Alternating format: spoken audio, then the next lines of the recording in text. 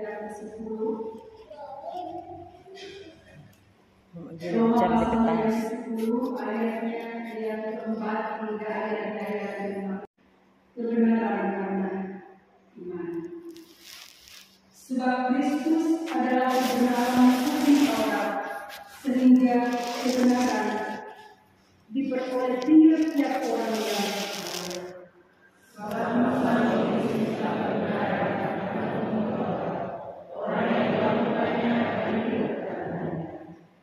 tetapi kebenaran karena iman berkata demikian, jangan katakan dalam hatimu, siapakah yang akan naik ke surga, yaitu untuk membawa Yesus turun,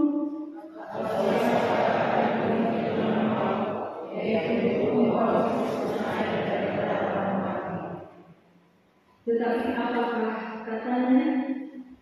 Ini firman itu dekat kepadamu, yakni di dalam mulutmu dan di dalam hatimu. Itulah firman iman yang kami beritakan.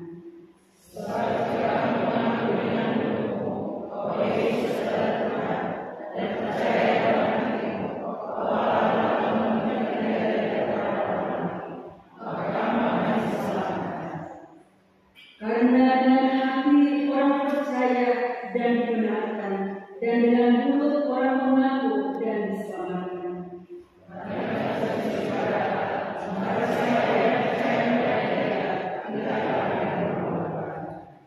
Sebab tidak ada perbedaan antara orang Yahudi dan Yunani, karena Allah yang satu itu adalah Tuhan dari semua orang, kaya bagi semua orang yang berseru kepadanya.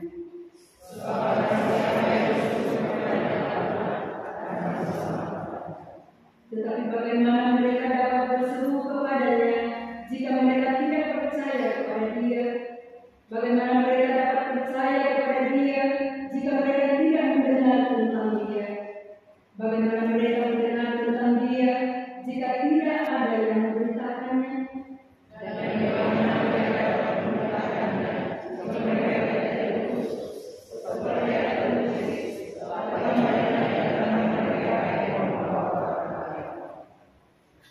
Terima dengan lembut firman yang tertanam di dalam hatimu, yang berkuasa menyelamatkan jiwamu. Yang berbahagia ialah mereka yang mendengar firman Allah dan memeliharanya. Amin. Bapak Ibu Saudara yang dikasihi dan diberkati Tuhan, di pagi hari ini kita bersama-sama akan merenungkan kebenaran firman Tuhan di dalam surat Rasul Paulus kepada jemaat yang ada di Roma pasal 10 ayatnya yang keempat hingga ayatnya yang ke-15 yang sudah kita bacakan bersama tadi. Saudara yang dikasihi Tuhan, surat Rasul Paulus kepada jemaat yang ada di Roma ini ditulis oleh Rasul Paulus ketika dia sedang berada di kota Korintus. Pada waktu itu dia sedang dalam perjalanan penginjilannya yang ketiga di kota Korintus. Nah, Bapak Ibu Saudara yang dikasihi Tuhan, pada waktu Rasul Paulus berada di kota Korintus, dia mendengar berita atau mendengar informasi bahwa di Roma atau di jemaat yang ada di Roma terjadi konflik di mana di jemaat memiliki dua konsep pemahaman yang berbeda. Mengapa demikian Bapak Saudara? Karena jemaat yang ada di Roma, mereka ada yang dari golongan Yahudi dan juga ada yang dari golongan Yahudi. Dan pada waktu Rasul Paulus mendengar informasi atau berita bahwa telah terjadi konflik di jemaat yang ada di Roma, maka dia berkerinduan atau dia ingin untuk berkunjung. Dia ingin datang mengunjungi jemaat atau umat Tuhan yang ada di Roma. Tapi karena berbagai tantangan sehingga dia tidak sempat untuk berkunjung ke jemaat yang ada di Roma. Namun Bapak Ibu Saudara, Rasul Paulus menulis suratnya walaupun dia tidak hadir secara langsung untuk berkunjung ke tengah-tengah jemaat. Tapi dia menulis suratnya kepada jemaat yang ada di Roma dengan tujuan agar umat Tuhan atau jemaat yang ada di Roma mereka boleh memiliki pemahaman yang benar, memiliki pemahaman yang benar yang berdasarkan dengan firman Allah tentang kebenaran dan keselamatan. Bapak Ibu Saudara, sebagaimana saya sudah jelaskan tadi bahwa jemaat yang ada di Roma terdiri dari dua golongan, yaitu golongan orang Yahudi dan juga non-Yahudi. Maka golongan orang Yahudi ini mereka memiliki konsep pemahaman bahwa dengan mentaati atau dengan melakukan hukum Taurat, maka setiap orang itu dapat dibenarkan atau dapat diselamatkan. Sehingga mereka begitu bangga dan mengklaim bahwa karena mereka telah melakukan hukum Taurat, mereka telah mentaati hukum Taurat, maka mereka yang diselamatkan, hanya mereka yang dibenarkan oleh Allah. Bagi orang percaya yang non-Yahudi, mereka tidak mendapat bagian dalam kebenaran dan keselamatan Tuhan. Konsep pemahaman yang dimiliki oleh orang Yahudi ini, mereka menganggap bahwa orang atau jemaat yang ada di Roma yang tidak mentaati atau tidak melakukan hukum Taurat, mereka tidak berhak menerima keselamatan dari Allah. Mereka mengklaim bahwa cuma orang yang memperoleh keselamatan, sehingga mereka menganggap bahwa orang percaya yang non-Yahudi itu tidak memperoleh keselamatan dari Allah. Bapak Ibu Saudara yang dikasihi dan diberkati Tuhan, inilah penyebab konflik yang terjadi di tengah-tengah jemaat yang ada di Roma. Dan Rasul Paulus memberikan suratnya atau mengirimkan suratnya kepada jemaat yang ada di Roma. Dia memberikan nasihat kepada jemaat yang ada di Roma. Di dalam nasihatnya, dia mengajarkan tentang konsep kebenaran yang sesungguhnya, bahwa keselamatan, bahwa kebenaran itu tidak hanya berlaku atas orang Yahudi saja, tetapi berlaku juga atas orang-orang yang non-Yahudi. Mari kita bersama-sama memperhatikan nasihat Rasul Paulus di dalam bagian pembacaan firman Tuhan yang sudah kita baca bersama tadi.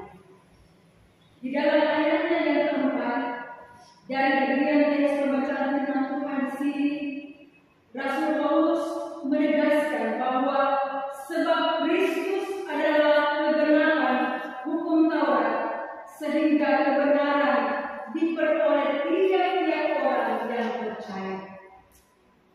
Kristus adalah kebenaran hukum Taurat.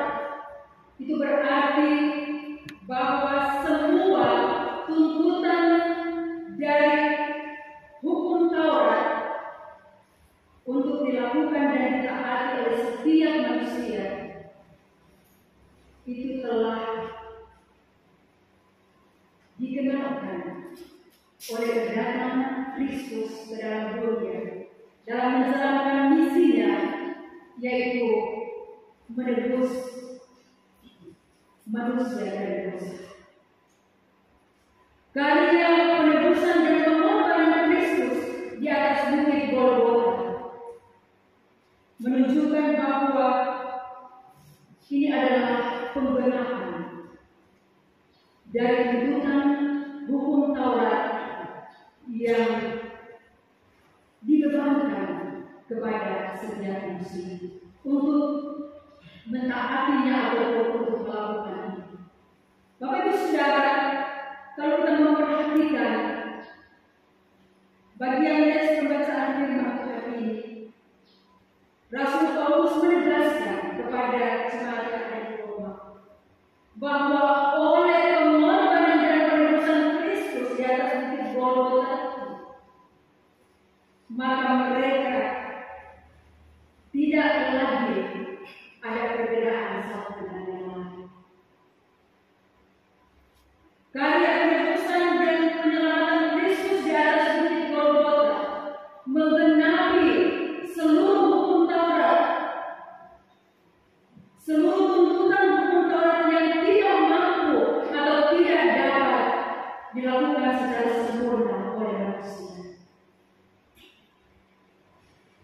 Yesus Kristus menjadi gambaran penebusan atas setiap korban-korban yang harus manusia persembahkan untuk menghapus dosa.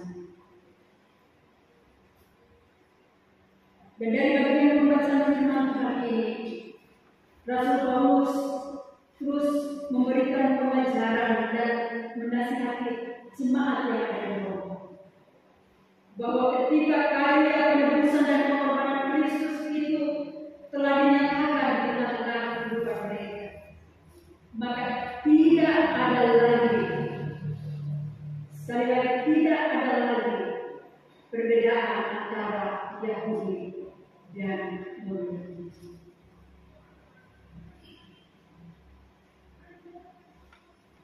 Kebenaran yang dimiliki atau diperoleh oleh setiap orang percaya, keselamatan yang dimiliki atau diperoleh oleh setiap orang percaya adalah berdasarkan iman kepada Kristus, berdasarkan keyakinan iman kepada Kristus yang telah mengorbankan dirinya mati dari salib untuk menebus dosa seluruh isi dunia ini.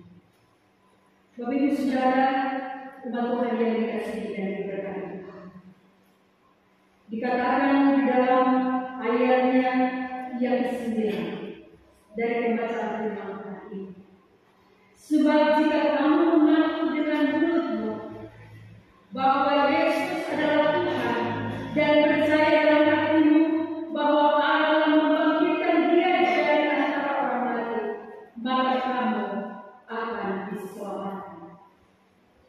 Inilah ajaran yang disampaikan oleh Rasul Paulus kepada jemaat yang ada di Roma, bahwa hanya dengan beriman kepada Kristus, hanya dengan percaya yang benar kepada Kristus, maka keselamatan itu akan diperoleh. Tidak harus dengan melakukan ketaatan kepada hukum Taurat. Hal ini menunjukkan kepada kita, Bapak Saudara, bahwa apapun usaha manusia untuk berjuang mencari keselamatan, semuanya itu adalah sia-sia adanya. Karena manusia tidak bisa atau manusia tidak mampu untuk bisa menyelamatkan dirinya sendiri. Upaya usaha apapun yang dibuat oleh manusia, apakah itu mentaati hukum Taurat, semata-mata itu adalah usaha yang sia-sia adanya. Hanya dengan beriman kepada Kristus, hanya dengan percaya kepada Kristus, kita akan bisa diselamatkan. Dan pemberian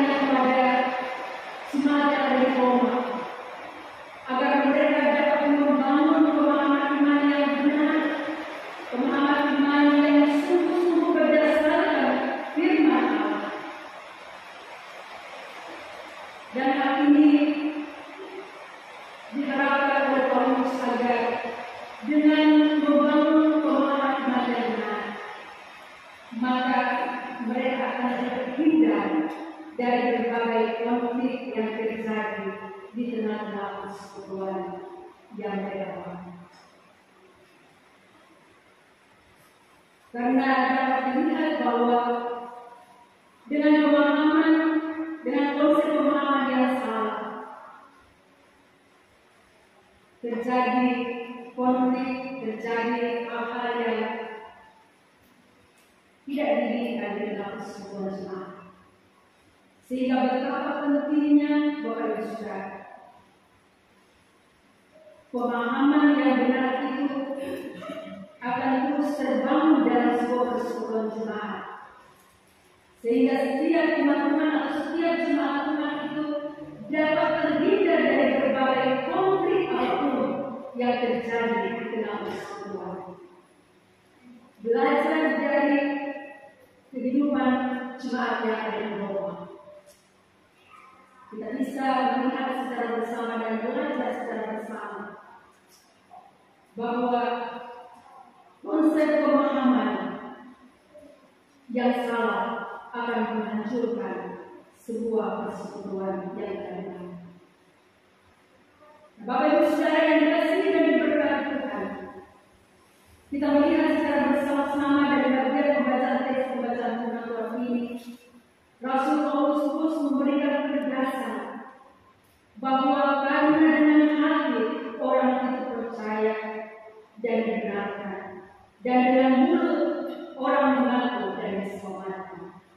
Karena kitab suci berkata, barang siapa yang percaya kepada Dia tidak akan dipermalukan. Sebab tidak ada perbedaan antara orang Yahudi dan orang Yunani, karena Allah yang satu itu adalah Tuhan dan semua orang, kaya dan semua orang yang berseru kepadanya.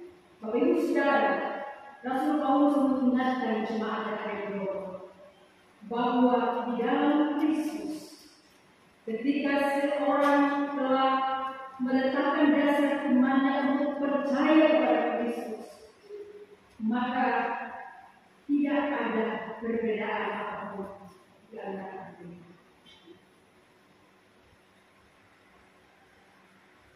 Karena Kristus adalah satu, dan Kristus adalah milik dari semua. Kristus tidak membeda-bedakan. Inilah firman yang terus diberitakan atau disampaikan oleh Rasul Paulus dalam nasihatnya, sehingga umat Tuhan atau jemaat yang ada di Roma, mereka boleh memiliki konsep pemahaman yang benar tentang kebenaran. Bapak Ibu Saudara yang dikasihi dan diberkati Tuhan, selanjutnya Paulus mengatakan dan menjelaskan dalam suratnya kepada jemaat yang ada di Roma bahwa sebagai orang yang beriman kepada Kristus, sebagai orang yang percaya kepada Kristus, maka mereka pun harus memiliki sikap hati yang sebagaimana selaras dengan imannya kepada Kristus, selaras dengan pengakuannya mengaku bahwa ia memiliki Kristus dalam hidupnya, yaitu dia pun harus memberitakan berita Injil itu kepada siapapun juga yang membutuhkan berita Injil. Bapak Ibu Saudara yang dikasihi dan diberkati Tuhan, di dalam ayatnya yang ke-12, di dalam ayatnya yang ke-13 dikatakan, sebab karena siapa yang berseru kepada nama Tuhan akan diselamatkan.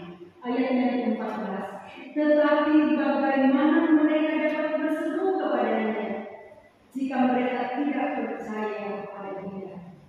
Bagaimana mereka dapat percaya kepada Dia jika mereka tidak mendengar tentang Dia?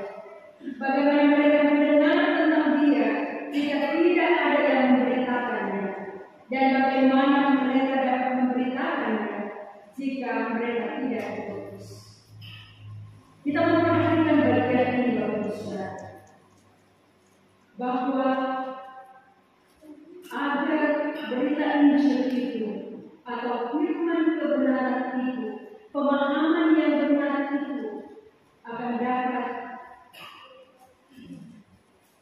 dikuasai ataupun dimiliki oleh orang-orang percaya, maka harus ada tahapan-tahapan yang sebagaimana dijelaskan di dalam ayat-ayat 14. Untuk memberitakan firman kebenaran Allah, kabar baik Allah, maka harus ada orang yang diutus.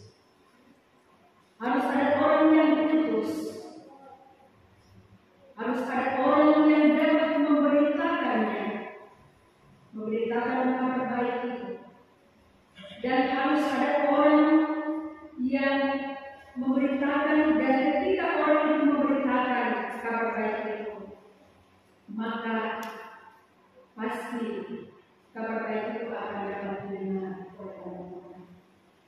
Ketika orang sudah mendengar kabar baik itu, maka pasti orang yang telah mendengar kabar baik itu, mereka akan percaya kepada Kristus. Dan orang yang telah percaya kepada Kristus, pasti mereka akan berseru kepada Kristus. Karena Bapak Saudara, kita bisa berpikir bahwa tidak mungkin orang itu bisa berseru kepada Kristus jika dia tidak percaya. Orang yang berseru kepada Kristus, orang yang mengaku dengan Kristus, orang yang meminta pertolongan kepada Kristus adalah orang yang sudah percaya, mengaku bahwa Kristus itu adalah Tuhan dalam hidupnya. Tidak mungkin orang yang tidak percaya kemudian mau memanggil berseru kepada Kristus. Itu satu hal yang mustahil. Dan orang yang telah percaya kepada Kristus, mereka itu percaya oleh karena mereka telah mendengar kabar baik yang disampaikan oleh para pemberita Injil yang telah diutus di tengah-tengah mereka. Bapak Ibu Saudara, firman Tuhan saat ini mengajarkan kepada Bapak Ibu Saudara dan saya bahwa kita adalah duta-duta Kristus untuk memberitakan kabar baik kepada siapapun juga yang ada di sekitar kita. Kita adalah utusan-utusan Kristus untuk memberitakan kebenaran Allah kepada setiap orang agar mereka memiliki konsep pemahaman yang benar sesuai dengan firman Allah di dalam kehidupan mereka. Kita adalah utusan dari Kristus untuk memberitakan kebenaran Injil Allah kepada siapapun juga. Kalau kita adalah pemberita, maka kita akan dipakai oleh Allah untuk bisa memperdengarkan berita Injil itu, berita kabar baik itu kepada semua orang. Orang akan mendengar. Dan dari pendengaran itu, dari pendengaran tentang Injil Kristus itu, mereka akan percaya. Dan dari keyakinan iman percaya mereka itu, mereka akan berseru kepada Tuhan. Ibu Saudara yang dikasihi dan diberkati Tuhan, sungguh luar biasa. Paulus punya beban yang sangat luar biasa. Karena dia memiliki beban untuk menasihati jemaat yang ada. Ini salah satu tanggung jawab iman. Kita pun belajar dari kebenaran firman Tuhan bahwa di tengah-tengah perjalanan kehidupan kita sebagai orang percaya, kita memiliki tanggung jawab iman. Tidak hanya kita beriman kepada Tuhan, dan ketika kita sudah beriman kepada Tuhan, kita berseru kepada Tuhan, tetapi kita juga punya beban untuk boleh memberikan pemahaman iman yang benar kepada setiap orang, agar mereka pun boleh dibangun iman mereka di dalam kebenaran Allah sehingga dimanapun mereka hadir dan berada, mereka akan terhindar dari berbagai konflik di tengah-tengah perjalanan kehidupan dalam gereja. Konflik apapun juga yang terjadi di tengah-tengah perjalanan Bapak Ibu Saudara dan saya, titik persoalannya terletak pada ketika seseorang itu pemahaman kebenaran imannya tidak didasarkan dalam firman Tuhan. Ketika seseorang itu memiliki konsep pemahaman yang salah, yang keliru, yang tidak sesuai dengan firman Tuhan, mari kita membangun konsep pemahaman kebenaran dengan berdasarkan firman Tuhan. Maka Bapak Ibu Saudara yang dikasihi Tuhan, saya percaya dimanapun kita hadir dan berada sebagai utusan, sebagai pemerintah bangsa, kita akan bisa dan mampu untuk mengatasi setiap konflik yang terjadi di sekitar kita. Konflik apapun itu, di tengah kehidupan keluarga, di tengah kehidupan persekutuan jemaat, di tengah kehidupan di mana kita diberi tanggung jawab untuk bekerja, maka kita akan mencari orang-orang yang mampu untuk mengatasi konflik, bukan orang-orang yang melakukan konflik atau orang-orang pemicu konflik di tengah persekutuan. Biarlah firman Tuhan ini akan terus mengingatkan kita semua umat Tuhan yang ada di jemaat demi kebenaran Tuhan, untuk tetap senantiasa membangun konsep pemahaman yang benar berdasarkan firman Tuhan. Saya percaya firman Tuhan ini akan terus memberkati perjalanan hidup Bapak Ibu Saudara dan saya dalam kita menjalani hari-hari kehidupan kita. Biar firman Tuhan ini